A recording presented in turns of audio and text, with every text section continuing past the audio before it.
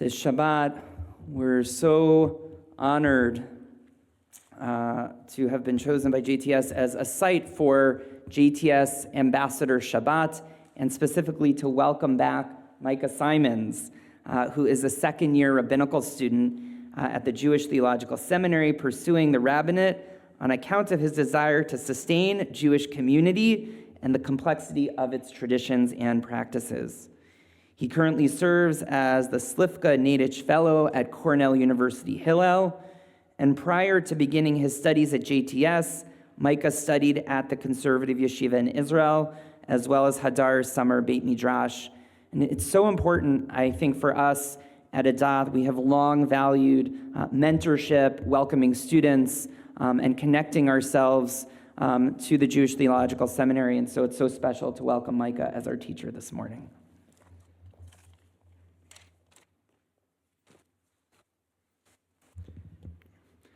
Shabbat Shalom. Shabbat Shalom. I'm going to start with a question. Does anyone have a particular ritual, however you define it, that comes up at every family simcha? Yeah, please. Shechianu. Beautiful. Others? Group picture. Great. More? Okay, great. In my family, we have a cantor who is a very dear family friend who, at every big life cycle event, sings Debbie Friedman's Tfilat HaDerech. And it's a very meaningful and moving piece for everyone in my family. And so I wanted to start today with a little bit of text study, looking at a really particular moment in what is the founding family of the Bnei Israel, of the Jewish community. We're ending Sefer Bereshit today, and with it we also say goodbye to Yaakov. Yaakov passes away, and before he does so, he blesses his children, and as he's sort of gathering them, he recalls to them, saying, Vayomer Yaakov el Yosef, and Jacob said to Joseph, El Shaddai nir'eh Elai, El Shaddai who appeared to me, Beluz be'eretz Canaan v'yivarech oti, at Luz in the land of Canaan, blessed me. And he goes on and then continues to bless his family. And so I want to take a second to look at this very particular usage of one of God's names that in the Torah is not so common. El Shaddai only comes up in the Torah 8 times. 5 of them are in Sefer Bereshit. On the sheets that are being handed out, or that you might already have in hand, I've included 4 of the usages because there's something about the appearance of them, just like how Shechianu, or a family picture, might show up at a family simcha. El Shaddai shows up and says that this is an important moment right now. So before we look together at the examples of El Shaddai, I want to stop and just talk a little bit about the name itself. So El Shaddai first appears when God calls to who was at the time Avram, would become Avraham, and says, I am El Shaddai. And so it's our first introduction to this version of God's name. And in it, at this moment, we have commentators trying to figure out what this name actually means. So we have two main thoughts. One, Ibn Ezra, the great grammarian amongst Torah commentators, relates El Shaddai to the Shorish Shoded, meaning overpowering. God is overpowering. God transcends God's creation. God is sort of overbearing and more than any of us could imagine. The other idea is from Rashi. God is sufficient. God is El Shaddai, the God that is enough. God is sufficient, is enough for all of us, will fulfill our needs, will create a people and a nation and a real relationship with Bnei Israel. So with that, I'd like to turn to the sheets And like I said, I've put together 4 instances, I believe, of El Shaddai as it appears in Sefer Bereshit. Forgive me, 5, so 5 out of 6. And I want to look at them together. El Shaddai comes up at big covenantal moments throughout Sefer Bereshit, and so I want to show you, using the text, how the images of covenant show up around El Shaddai, and how that can inform our own usage of El Shaddai where it pops up elsewhere in the Jewish canon. So with that, we'll begin. Join with me follow along as I read the first source, Genesis 48, 3-4. This is from our Parsha, as Yaakov is gathering his children to bless them. And Jacob said to Joseph, El Shaddai, who appeared to me at Luz in the land of Canaan, blessed me, and said to me, I will make you fertile and numerous, making of you a community of peoples, and I will assign this land to your offspring to come for an everlasting possession. So I will put it to you, what in this is cluing us into the idea of covenant? Where does covenant show up?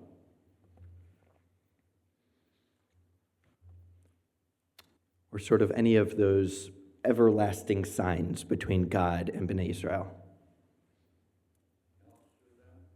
Sorry? El Shaddai. Great. So this name itself, which I'm sort of cluing us into this connection with covenant, but this name itself, in its rarity, is something to take note of. Promise of progeny, so making you fertile and numerous, a community of people, and then property, assigning the land to your offspring. Beautiful, right? So you must have learned that at GTS. Right? So we have these 2 really big covenantal signs that show up again and again, is offspring and this promise of sort of nationhood and peoplehood. And we also have the future assignment of the land to that very people. Anything else that folks notice in this first source? Please. What's not here is the other side. The expectation of Yaakov. Beautiful. I mean, I don't remember offhand if it's in the larger context, but it's in these 2 even doesn't. Great. So there's nothing from Yaakov, right? When we talk about covenant, we talk about a sort of 2-sided relationship. And in here, there's nothing really from Yaakov. It's really, it's Yaakov recalling when God called to him, but it's a sort of one-sided calling. Okay. And any other ideas on this before we start to work our way back in Sefer Bereshit? Yes, please. Revelation. Beautiful, right? So there's direct context between the divine and between humankind. Great. And in the back?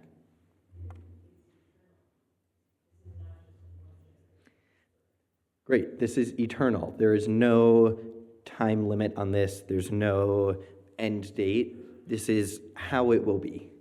Great. So let's move backwards and let's look specifically at that moment at Luz, where God does appear to Yaakov, and El Shaddai does show up in this story. So follow along as I read. Thus Jacob came to Luz, that is Bethel, in the land of Canaan, he and all the people who were with him. There he built an altar and named the site El Bethel, for it was there that God had been revealed to him when he was fleeing from his brother. So even here, we have a callback of a callback. This is as Yaakov is returning from Padan Aram with Rachel and Leah and Bilhah and Zilpah and all of their kids.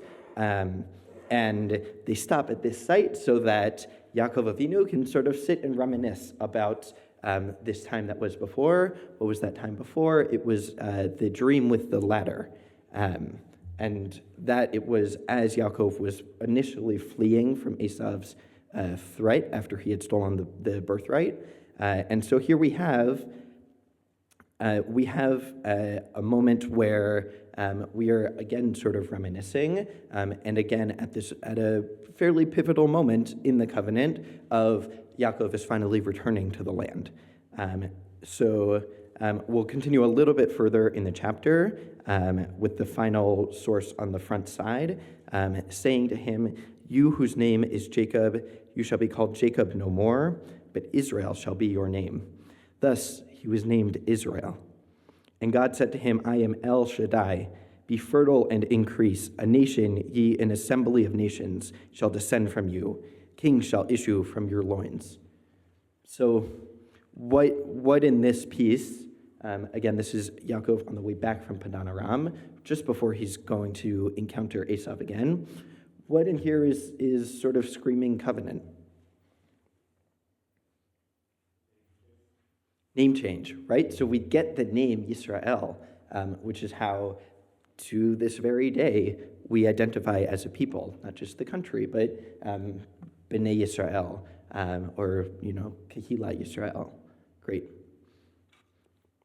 Other things that jump out? Be fertile and increase, right? So we have another one of these sort of classic Jewish covenantal signs of progeny and of sort of future promises of peoplehood and nationhood. Great.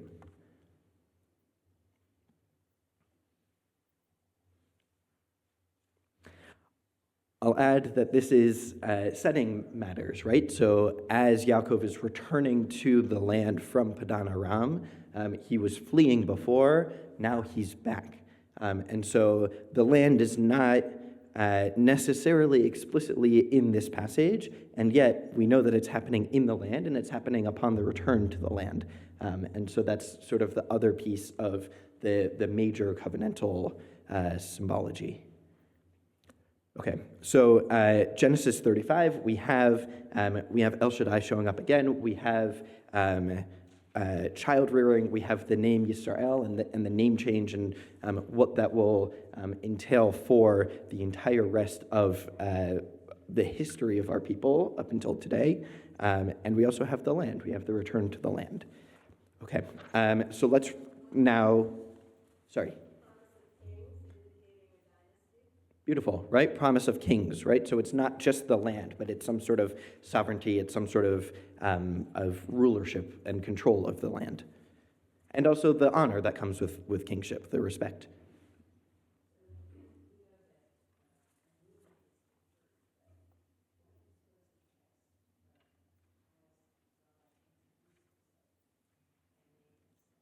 I'm sorry, can you say that a little louder?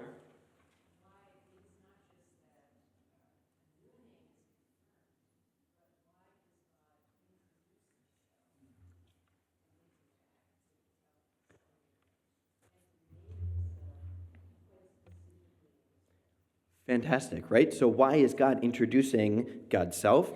Didn't that already happen with the dream with the ladder? And again, I think that taps into this idea of revelation as part of this whole dynamic, that it is direct communication, and it's God introducing this sort of other side of God's self to Yaakov, saying, "I'm El Shaddai," recognizing this moment of this is a people-changing moment that will play out, right, as we're seeing with all of these other symbols. Great. Let's move on to the back, and we'll look at Genesis 28. So I will read that as you follow along. So Isaac sent for Jacob and blessed him. He instructed him, saying, "You shall not take a wife from among the Canaanite women. Up, go to Padan Aram, to the house of Bethuel, your mother's father, and take a wife there from among the daughters of Laban, your mother's brother.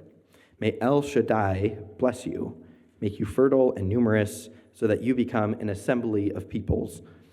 May you and your offspring be granted the blessing of Abraham, that you may possess the land where you are sojourning, which God assigned to Abraham." So this is right after Yaakov steals the birthright and the blessing from Esav, and he's about to flee, and Yitzchak, his father, says, "Hold on a second, let me bless you before you're off to Padan Aram." So what is coming out here?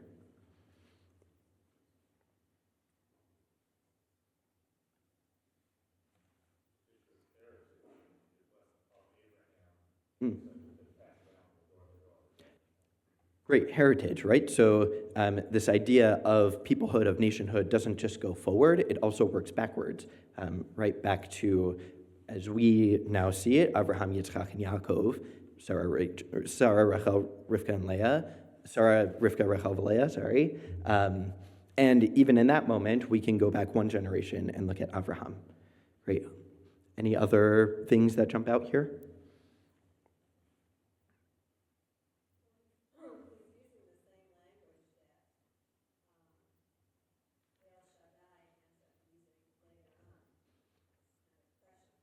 Beautiful, right? It's the same language. It's the same language of being fertile and numerous, becoming an assembly of peoples. I will add here that in this case, Yitzchak is quoting El Shaddai, or is sort of referencing El Shaddai. This isn't El Shaddai reaching out God's self, right? So that's a little bit of a difference with this occurrence. Other things that come up?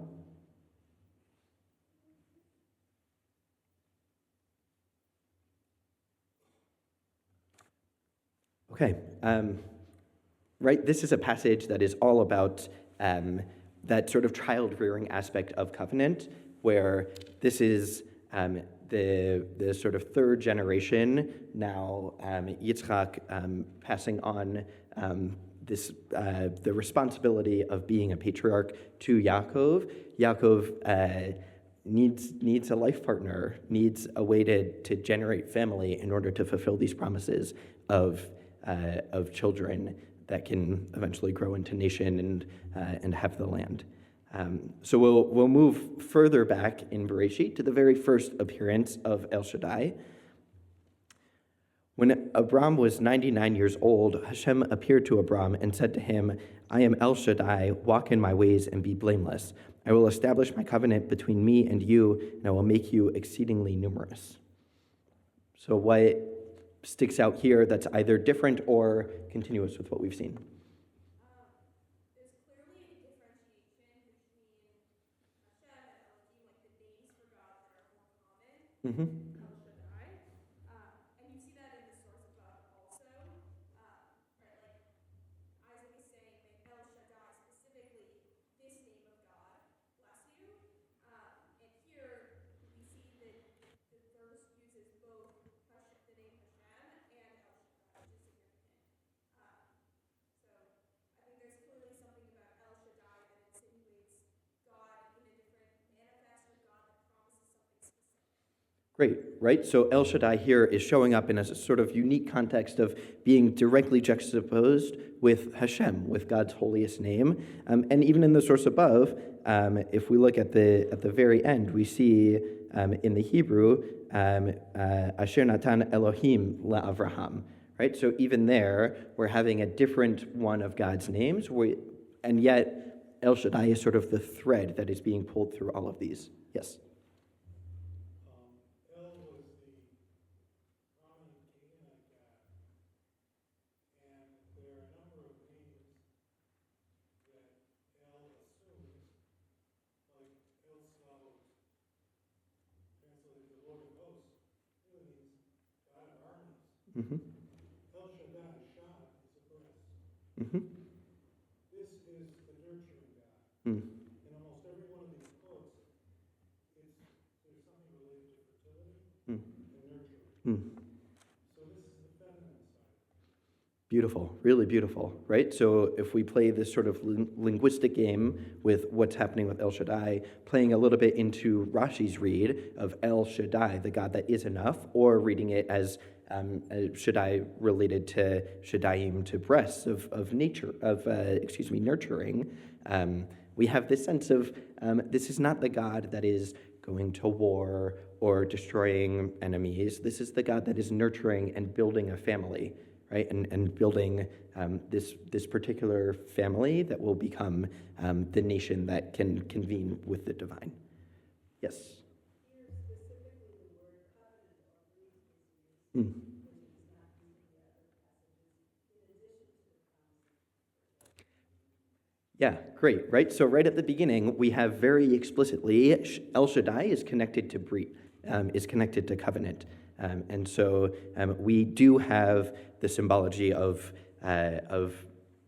fertility and of nation building, and we also have that very explicit link to Brit, which elsewhere in the Avraham story specifically also incorporates the land, right? So we have all of these ideas sort of melding together. I think I saw, yeah. I also see here the thing that Cindy was asking about or discussing before, which talks about what people have to do, which is to walk in God's ways and be blameless. That's a pretty strong direction about how we should be.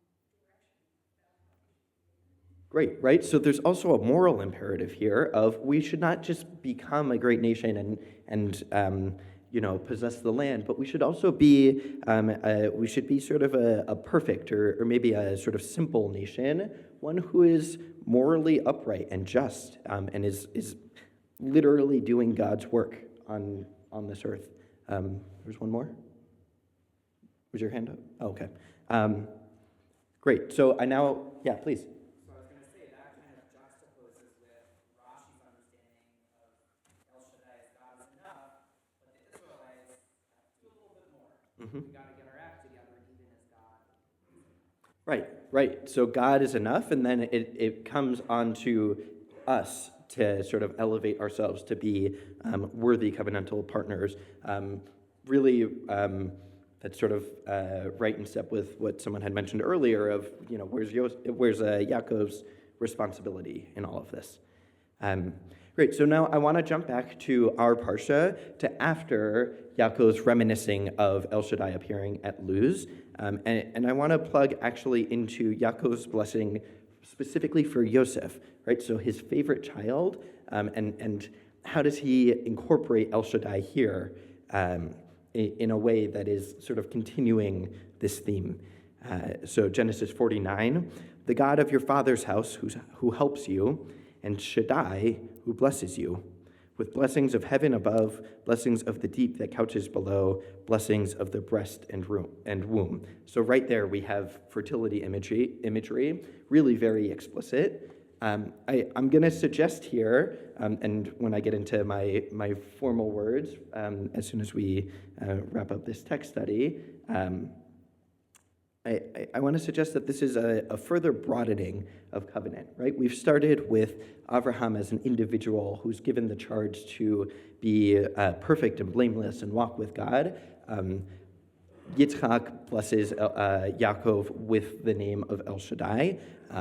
El Shaddai reaches out to Yaakov a couple of times. And so we have this sort of passing of this name through the various generations of the original patriarchs.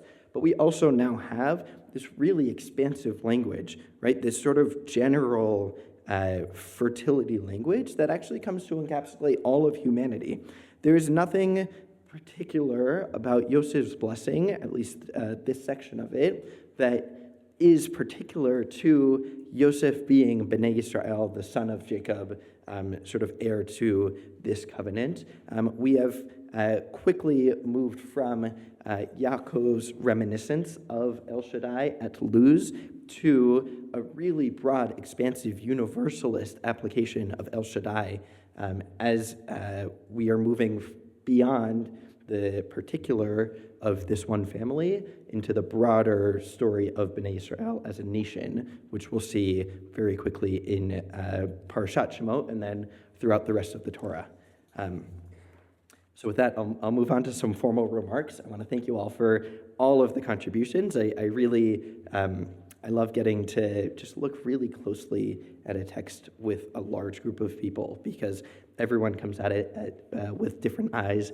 There's a saying that there are 70 faces to Torah, and there are more than 70 faces in this room. And so to think of all of the different angles and views that we have, I really appreciate it.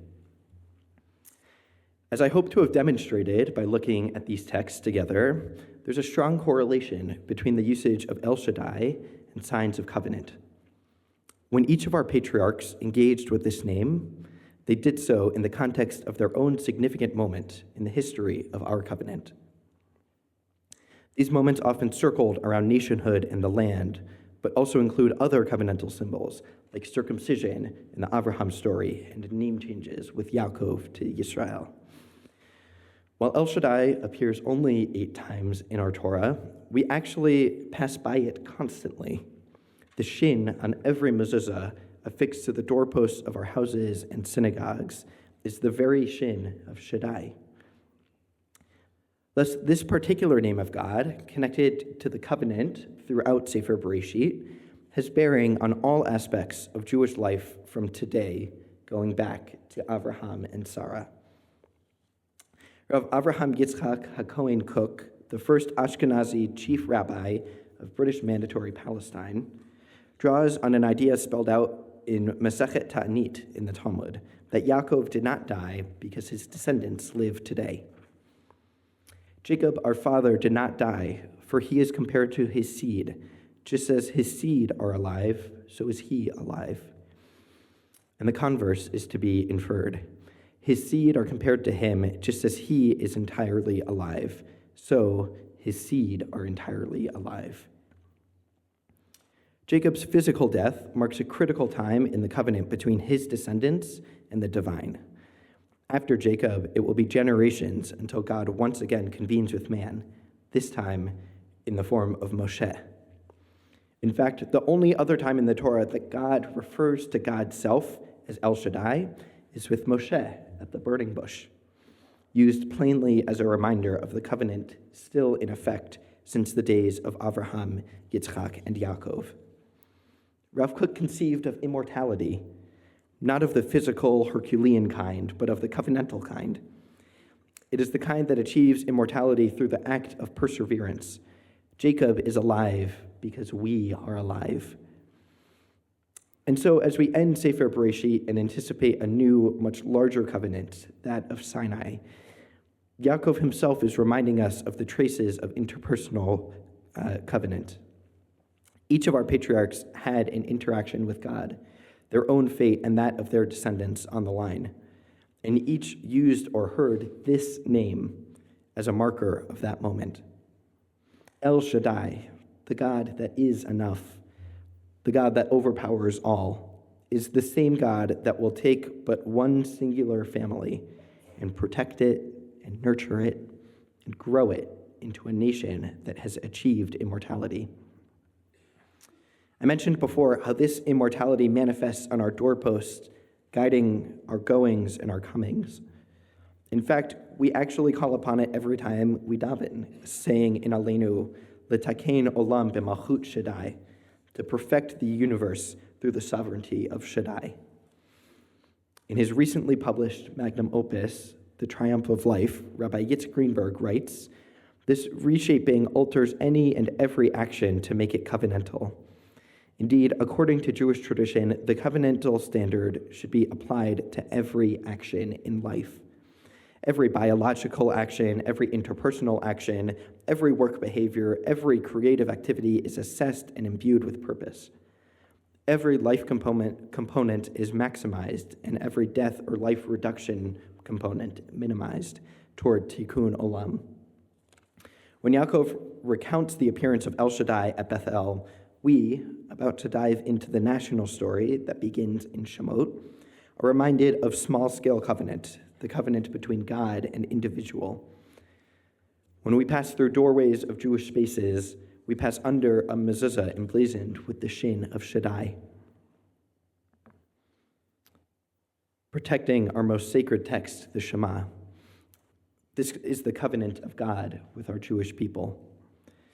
As we recite Aleinu, we further expand the scope of our covenantal duty, citing El Shaddai in our justification for pursuing world change. Each concentric circle expands, bringing us from the most intimate divine relationship to one that encapsulates the entire world. And as Rabbi Greenberg wrote, it is for good purpose, the betterment and improvement of every moment and every action. Seeing Shaddai at such critical moments of Sefer Bereshit then diffuse into our houses and into our daily prayer is a reminder that we bear an awesome responsibility, the living testament to the covenant that began with our earliest ancestor. In every moment, then, we stand poised to live out the covenant first drawn up with Avraham Avinu. Whether with family, at shul, or going about our everyday, we are constantly given choices that will move us closer to the immortality of our people and the perfection of our world.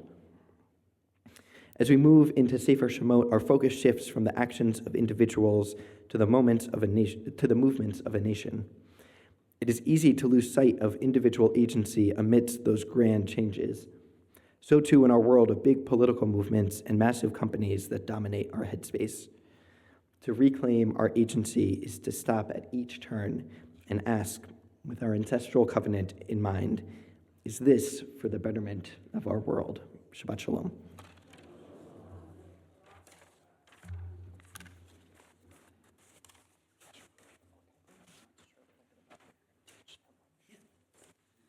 Yasher koach, Micah. Kol kavod to you for teaching us and really anchoring our responsibility in this moment by turning to the past